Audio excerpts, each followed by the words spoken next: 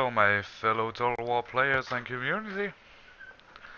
Jonas me bringing you my probably last replay cast of myself in Shogun 2.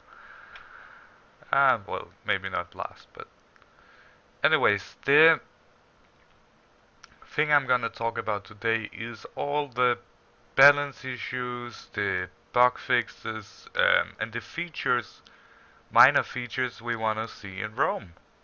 Oh, well, that I want to see. You guys can leave your comments down below, say what you want to see too. But, I mean, Shogun 2 was an interesting game. Um, it had a lot of good things compared to Napoleon. It wasn't as buggy, it wasn't as laggy, but obvious it weren't perfect. The netcoding, for example, which made quite a few things. If you, for example, watch this stream where me and Matthew and Sarip and Prussian Prince made over the TWR versus ID guys in the Apocalypse Cup yesterday, then you will know what I mean. Um, the, if you saw it, then you would realize that at some point at least 3 of us got kicked out. I think only Sarip was remaining. I might be wrong about that, but yeah, that's it. It seems that the games themselves are rather stable, but that the lobbies apparently are really, really unstable.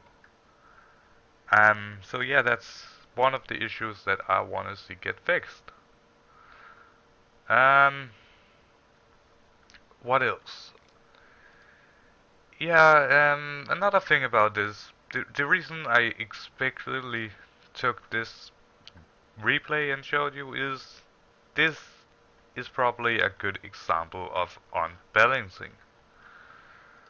There were a lot of interesting units in Shogun 2. There were a lot of good balancing between units. I mean, Katana Samurais, Naginata Samurais, Nodashi Samurais, and that all pretty much paid in for their price. I mean, it was about micro with those units. The same with most carry. Most carry is always kinda OP in a Total War game, but they of course also had their minuses. But there are certainly units which are not as good as they might should have been. Match trucks, for example, were incredibly effective. They cost very little. I mean, this unit over here only costs 970 cocoa. And it will shred just about every single unit in the game if they are just given 1 minute. 1 minute to shred every unit. And with some units, it's only 5 seconds. I mean, it's kinda unfair. But anyways, also the siege equipments. And when it comes to siege units, unless we're talking actually fire rockets, then none of them, even the bomb throwers, were anything worth. Now he's just shooting, don't know why. So yeah, that is a thing I really want to see. I want to see that the artillery is at least usable. Not like it was here in Shogun, where it was like you had one artillery unit in the entire game which were useful, and it was only useful because it's so mobile and relatively accurate. The other artillery, like European cannons and mangonels, they weren't worthwhile. They were unprecise, undevastating, and slow firing rate, and they could not move. And with the hand mortars, they just did not make enough damage, and they cost 100 cocoa extra. And those 100 cocoa were supposed to go into the extra range, but although the 50 extra range were good, it just did not make a difference over for fire rocket units, which can kill them in one shot, but hand mortars need at least 3 shots. So yeah, artillery were really the down pain of Shogun, which I guess is a good thing because artillery probably shouldn't have been too good, but a price decrease or a slight accuracy increase or damage increase or something would have been nice. For Firebomb Throwers, they really needed to get much higher stats, like, in my opinion, they should get 50-50 stats, as opposed to what they now have, which is 1350, I think. We can just look at it. Yeah, 30 accuracy and 15 reload. So, yeah. But that is pretty much the thing about balancing that really sucked in Shogun. I mean, the game as an overall standard was pretty balanced in the late game.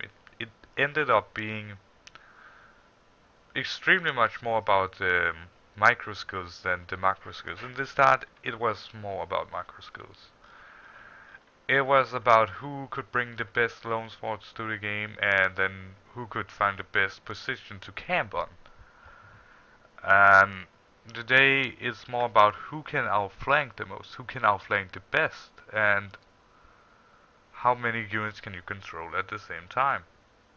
This is not to say that there is no cases where micro is not good. I mean, I've tried it myself, but at least micro counted more than macro in some cases. In most cases. There is no army that I know of that is completely unbeatable.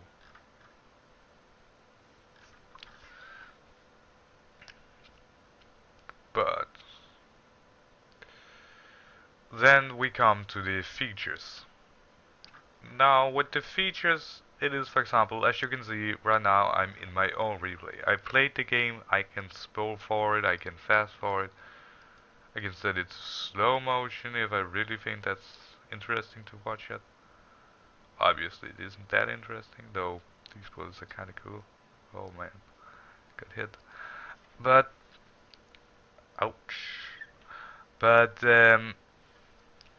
yeah, those features that you see here are not actually present when you watch a replay, which is why I did not show you this second game between Maju and Simon, because it was obnoxious enough that I had to watch it all in real time. The other games, if I had to watch that game in real time, well, it would take like 6 hours uploading for me, so yeah, I wasn't gonna put myself through that pain. So yeah, that's one of the features I want. Now to the balancing. As you can see here, completely stationary unit. I throw bombs at them, 25 kills in the first volley. That's decent. It's pretty decent, but only 25 at this. My unit costs 750 Kogu. If I cannot kill at least a third of this cost unit that is standing completely still, and it is just weird. And as you can see, only 5 kills in that volley. And now they're already starting to waver. I mean, they just have way too poor stats. They should have 50-50. I mean, here in a few seconds you're gonna see them do even better shots, but not killing anything. As you can see, there are 3 units within this, all bottled up. You would think that firebomb throwers are gonna be the perfect unit here. Well, no. In fact, they're hardly gonna kill anything. As you can see, since that only got 6 kills with all those firebombs I just threw. 6 kills on these guys plopped up. It's ridiculous. I don't know if armor actually protects them against it, because this is ridiculous. As you can see, 44, 45, 46. Over here, yeah. But anyways, back to the branding. So the siege units needed boosting. Um, that was a clear thing that they had needed for like 1 year, but never really got to because some person at some early time in the game said that they were OP when in reality it was just because they were camping on a stupid hill not knowing how to attack. Yeah, I'm sorry about saying that, but it's the reality.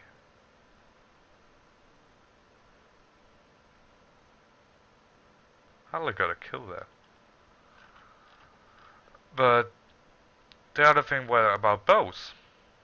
As you can see, I specifically didn't target these guys because I wanna see how good they can do. But even after all that time where they pretty much always have been shooting at my low armored unit like warrior monks, they only got 50 kills. 50 kills over the course of a game. Maybe 60 or 70, but that's still way too little. I mean, my bow samurai I used fairly decent. They got 130. They actually paid in for themselves. His bows, which are much more expensive, did not pay in for themselves. That is not really balanced. And yeah, I do realize that I probably am better at skirmish than this guy is, but still, it could have been done better in balancing on that term. So, yeah, so what I basically want is better net coding, better um, balancing, because some of the units were obviously underpowered, others were obviously overpowered, like mounted gunners. And thirdly, I want to have more option within the replay thing so that I can fast forward and all that if I'm just a spectator in the actual game. Doesn't give sense why I cannot do it. I mean, it just doesn't make sense. I mean, why can I not do that? But anyways, the game was over. GG to my opponent, which I cannot remember the name on. But yeah, I hope you guys enjoyed this small discussion I had with myself. And if you have any other things you would want to see being changed for Rome in minute patches and so on, then please leave your comments down below. And I guess I will see you in Rome.